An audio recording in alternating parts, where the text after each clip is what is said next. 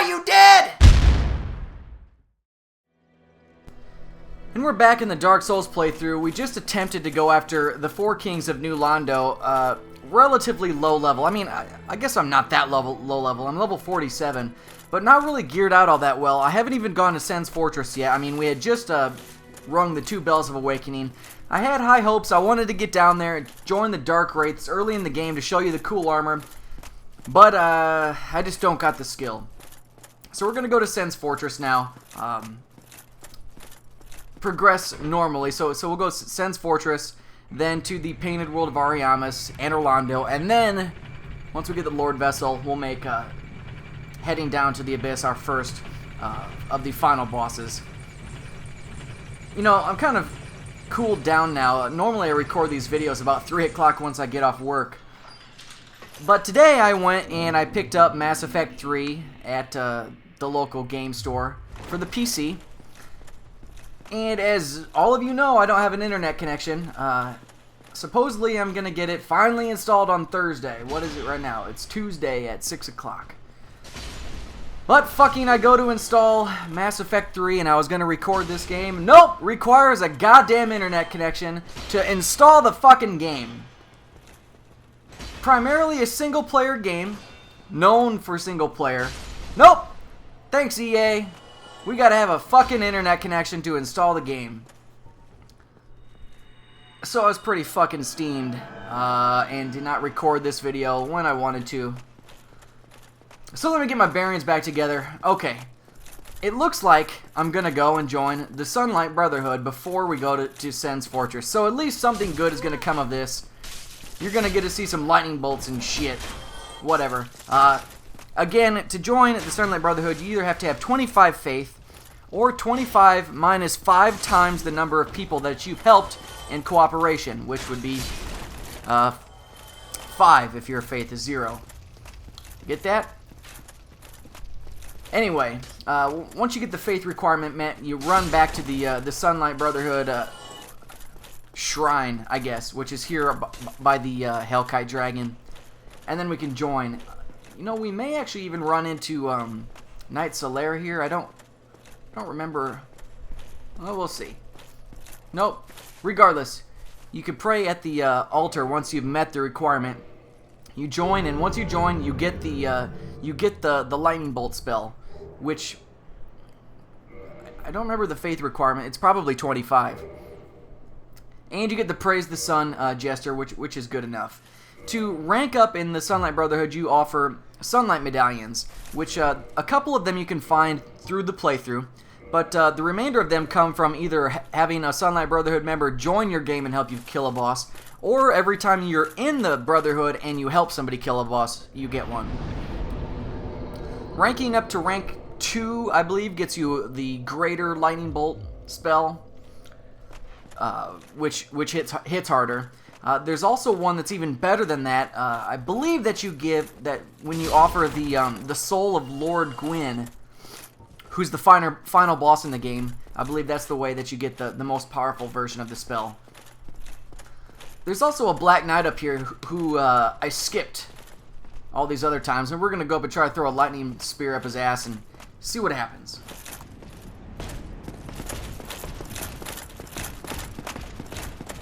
Now, one problem with this spell is it takes a long time to cast. I know that sorceries and I guess all magic probably scales, the cast time scales off of dexterity. So I guess that if you joined this and you had the dexterity, a high dexterity, it might be a quicker launch. But you can see there, I mean, what is that? Probably 2 or 3 seconds. That's just, well, it's certainly not viable in PvP unless you've got the distance on the enemy. I didn't see what it hit for, about 200 maybe. You can get some items that will make it hit harder, though. You know, there's a ring that increases... oh, fuck! A ring that increases... oh, hell no! Yeah. Anyway, there's a ring that increases the damage of your faith spells. And there's also a hat that... whatever. We'll get them all. We're gonna use them all. Eventually.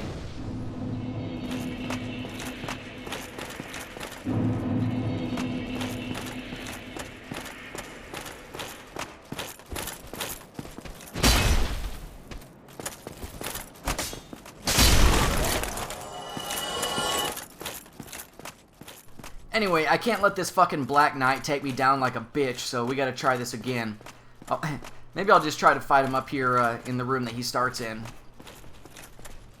I think up here you can also see the dragon on the bridge, and I believe that you can actually shoot a longbow down at him, and with enough arrows you can actually kill the dragon from up here. I'm pretty sure. I've never done it, because I've never had the urge, because you don't get very many souls for doing it anyway. But I believe that you can do it. And there's a nice view up here. Man, that Black Knight Greatsword's pretty fucking awesome.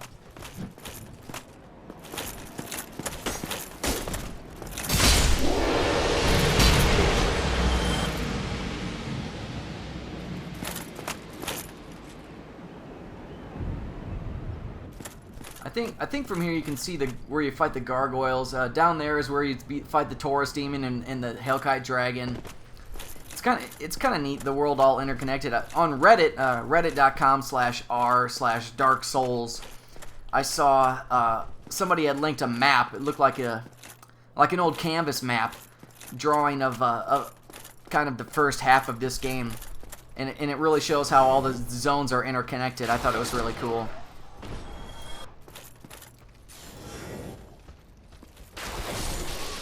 Well, there you go. You can see it hit 366. That's pretty decent fucking damage.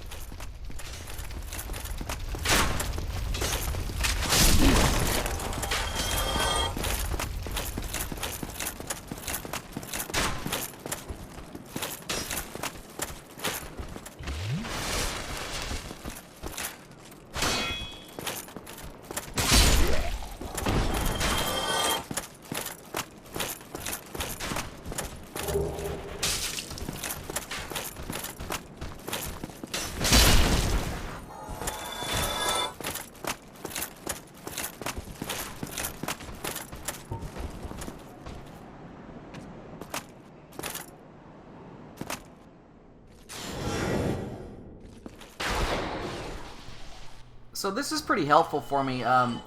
You know, I didn't have any range attacks before, so now at least I've got something. And now that I'm in the Sunlight Brotherhood, the whole Paladin concept kind of comes more together. So that's good, at least.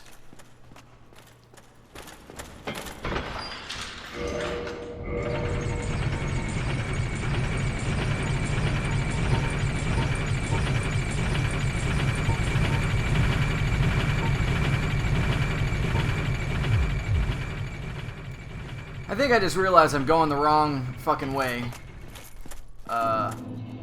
So that was stupid. We're going to Sens Fortress. So back up here, we'll go, I don't know. I'm not sure if I have enough shards to upgrade my two-handed sword to +10. But once, man, I think I only need one more large Titanite shard. And I know I can get those right inside Sens Fortress, so I bet what I'll do is I'll go in Sens Fortress, get the Titanite shard, come back out and upgrade it, because I've got several Titanite chunks. So I'll probably, and I've got the Titanite slab. Man, I wonder if I can get this thing all the way upgraded to +15 right away. That'd be pretty fucking awesome. We'll see.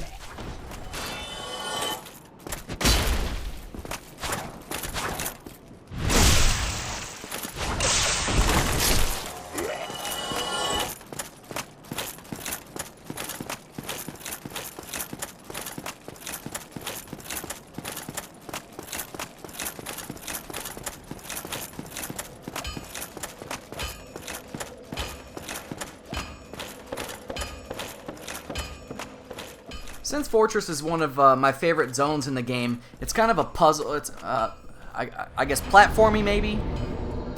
But the enemies are quite a step up in difficulty from what you should be used to at this point in the game. It's these large serpent head dudes that have a lot of health and hit pretty hard with big two-handed swords. And the first times I came through here, this zone just took me forever because I kept dying to all the fucking traps. Now I know where they're all at. I'm pretty sure I can one-shot it, but the first thing, there's a raised block on the ground there. I'm going to step on it, and it's going to shoot some darts. So what I do is I walk out there to pull these serpent dudes out. Uh-oh. So that the darts hit them. Jesus. Playing like shit.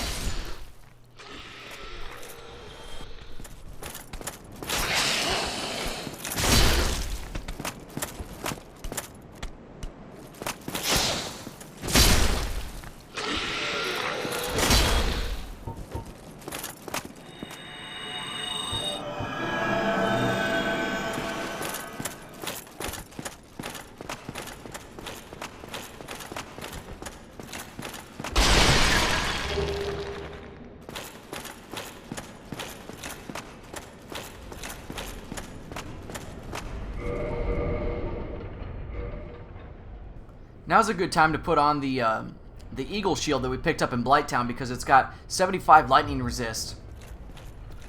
And lots of the enemies in here, well, maybe not lots, but some shoot lightning. So, what I just did there is I fell down onto that little platform. We're going to climb up here and reveal a hidden door because that's going to reveal another ladder that's going to take us up to the guy that actually opened up Sens Fortress's door for us, a big giant. And I think he drops a Titanite chunk, which is pretty valuable.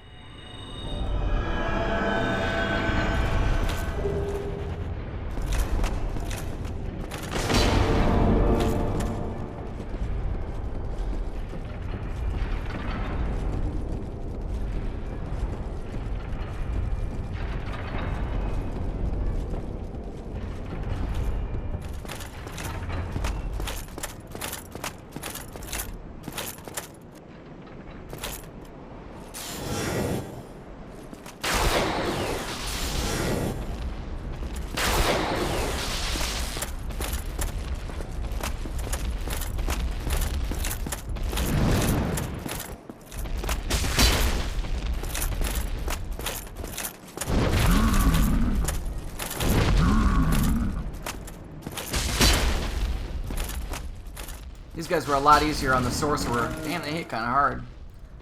Because you don't got to worry about them hitting you. You just let your magic do all the work for you.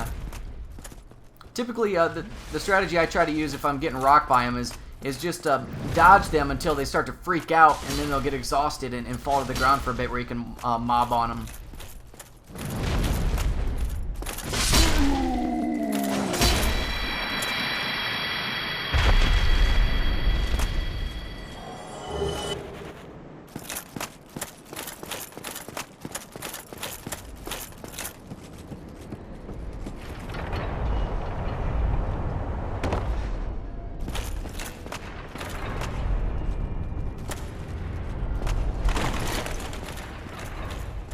So here's the first series of traps.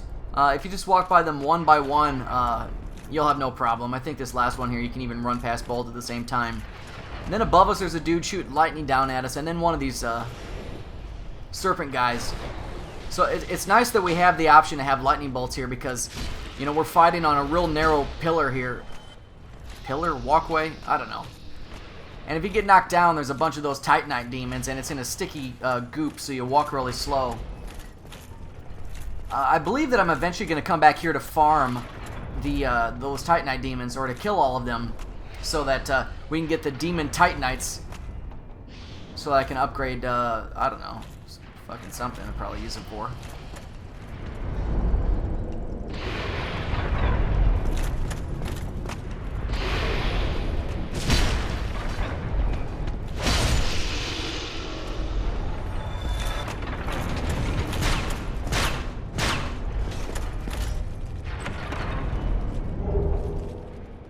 Alright, so now I have all the large Titanite shards that I need.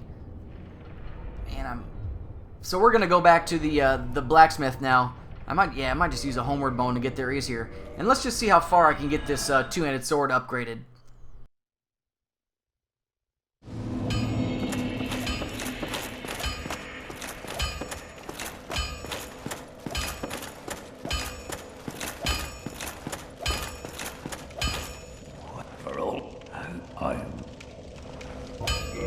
What? No. On.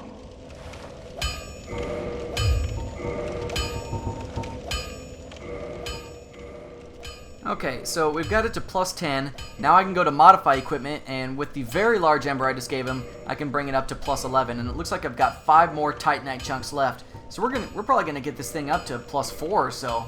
Maybe. Damn. So plus 13, whatever. Pretty powerful. We should be in good shape now to do some serious damage. Again, I've got the Titanite slab to bring it to 15. So looks like I just need 1 or 2 more Titanite chunks, and we'll have this thing fully upgraded for some maximum ponage. Because again, this is going to be one of my endgame weapons. Because what we're going to do is we're actually going to go after what's that boss name? Gwendolyn? I don't know. The bitch that fights you in the long hallway. Because once you kill her... Oh, I guess it's a him too, huh? whatever. Once you kill him, he gives you the Miracle Sunlight Blade spell, which gives you a one-time cast that recharges, obviously, once you sit at a bonfire. But it puts a buff on your weapon that makes it deal additional damage based off of faith. And it looks fucking awesome, so yeah, we're definitely gonna get that shit. And then we start to really kick ass. That's probably why what I used to fight the 4 kings later on and not have as much trouble. Well, plus I'll have better armor then too. Right after Sens Fortress here is when the game once you get to Anorlando, things really start to get interesting. You start to find lots of different cool pieces of gear. So.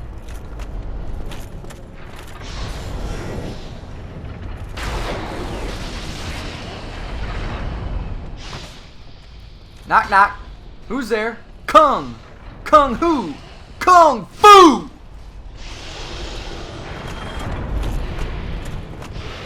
Yeah, I know I'm fucking retarded.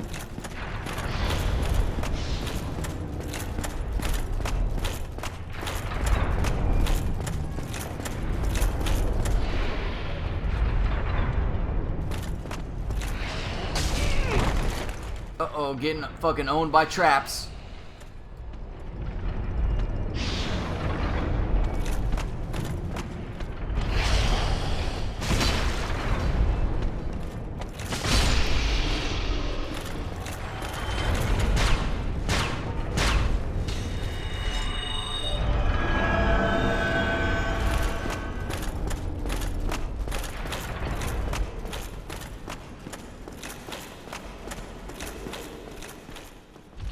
Ball. Owned. Owned by massive ball.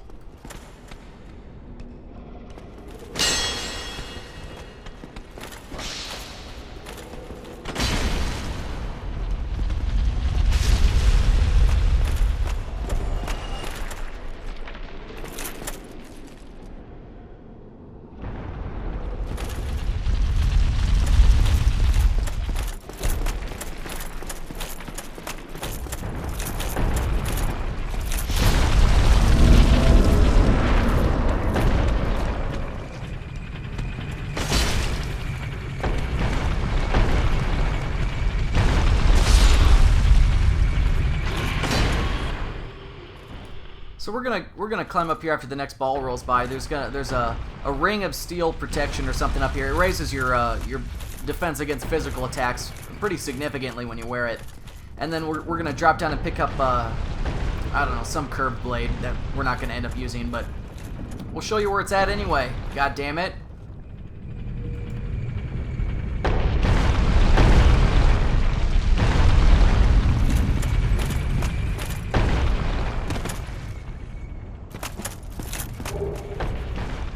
Shuttle.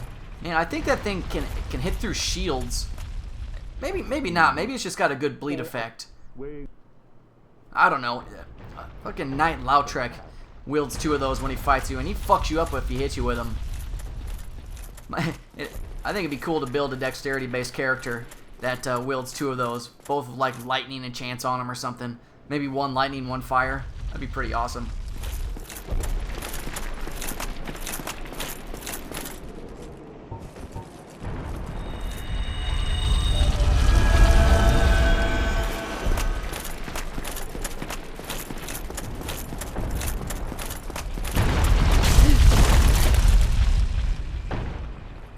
Well, that wasn't very smooth.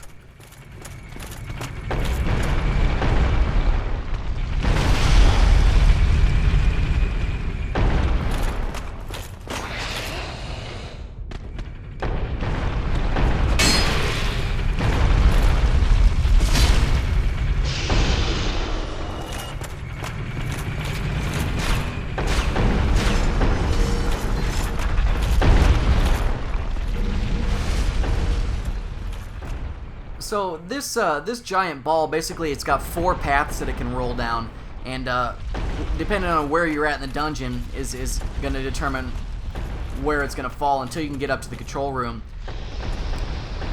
When it hits you hard. What I just did there was I ran up the stairs and I jumped down right away to get to this guy, but I'm also going to avoid that ball.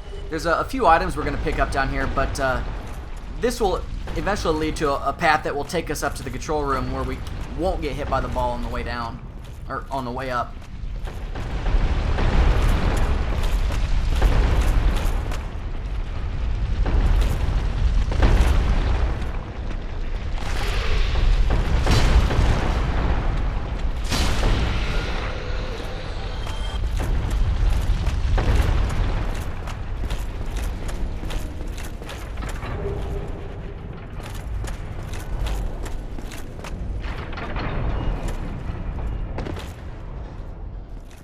So that was just a little sidetracking we did there to pick up that ring, which basically makes you deal, you make no noise when you move or swing your sword or anything.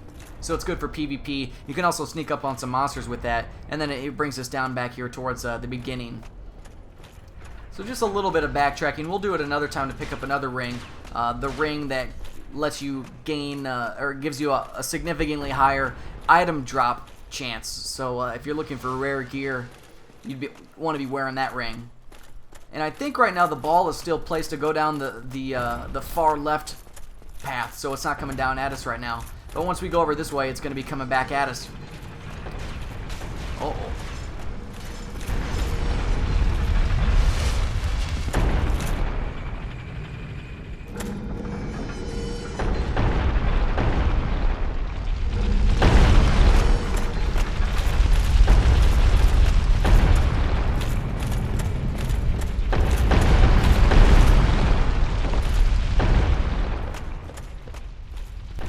So if we go the opposite direction we went last time, it's going to take us to a little room here that has, I think, some mage gear that we're not going to use, and the spell Hush, which has the same effect as that ring we just picked up. You know, that's kind of weird because that mage set and that spell is actually like the same drops that you would get from the Sorcerer that you can rescue down in the bottom of the Undead Parish. I wonder if it's... I know it's not him, but I guess I just thought of that now, and it seems kind of interesting. Anyway, this is the device that controls what direction the ball's going to go down. So we're going to go down here, and down here there's actually going to be a chest that's a mimic, so it's actually a treasure chest with teeth that comes alive that will one-shot you if you just open it up. But if you attack it first, then you can then it'll come alive and you can actually fight it, and it's going to give us a lightning spear, which is a very, very good weapon for people who haven't been upgrading their gear at this point.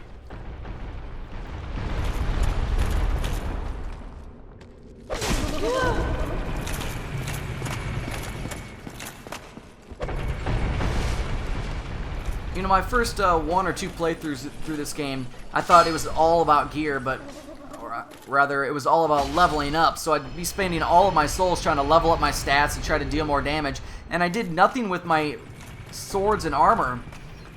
And now as you play through later, you know, you learn that you really should be focusing only on your gear, and your soul level means nothing, pretty much. You only want your soul level high enough so that you can wear the gear that you're looking for, because upgrading gear will give you much more bang for your buck for the cost of the souls. So now we've gone back up to this room here, and I want to switch the ball to go down the path I was just going to, and I'm actually going to let the ball go down about 5 times, and it's going to bust open a secret passageway that we'll go down and pick up a ring from.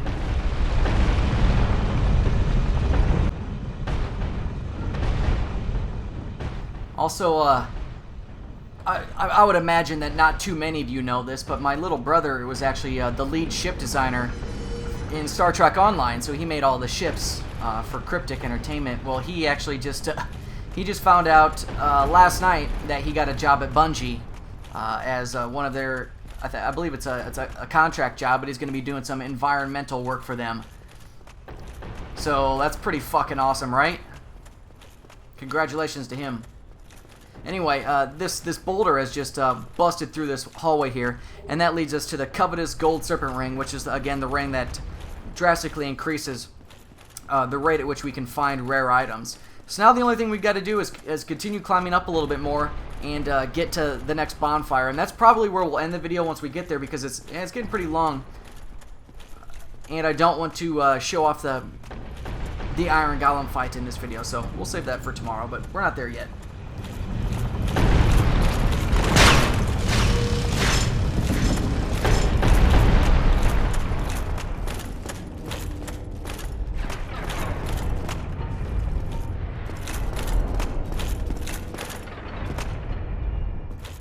This one you pretty much have to time and sprint through, otherwise they'll knock your ass to the ground. And there's only one more after this, but that one you actually have to tiptoe through, because it's a really thin ledge. Whoa, damn, I'm getting fucked up.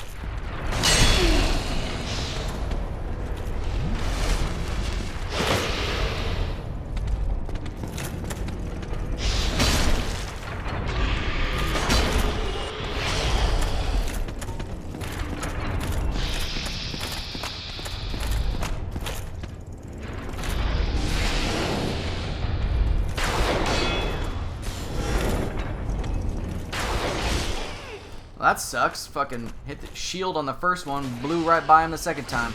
I'm having a lot of luck with these lightning bolts, but that could just be this level. They're really good for initiating attacks.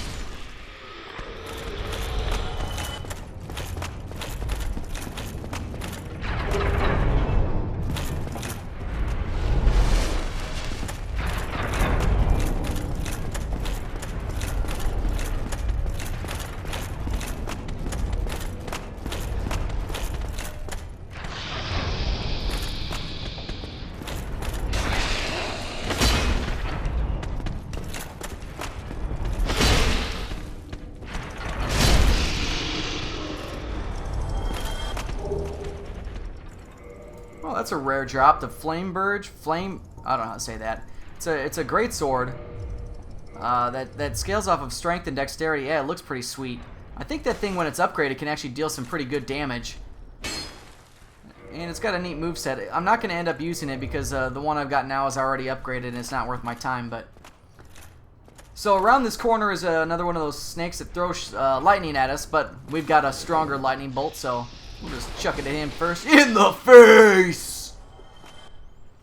And then this is that really narrow ledge. It's the last set of traps in the dungeon before we get to the next bonfire. And you go past these two at a time, so you get as close as you can, wait, move forward at normal walk speed, and then move forward again. Just like that. It's a bitch when you fall off that, especially when you're new to the zone and you don't know all the traps yet, and you finally make your way all the way up to the top, and then fuck, dead. That's a bitch. There's a couple knights down here. They're guarding a fire resistance ring that we're going to pick up. I wonder if this is going to hit him. Oh, wow, it did.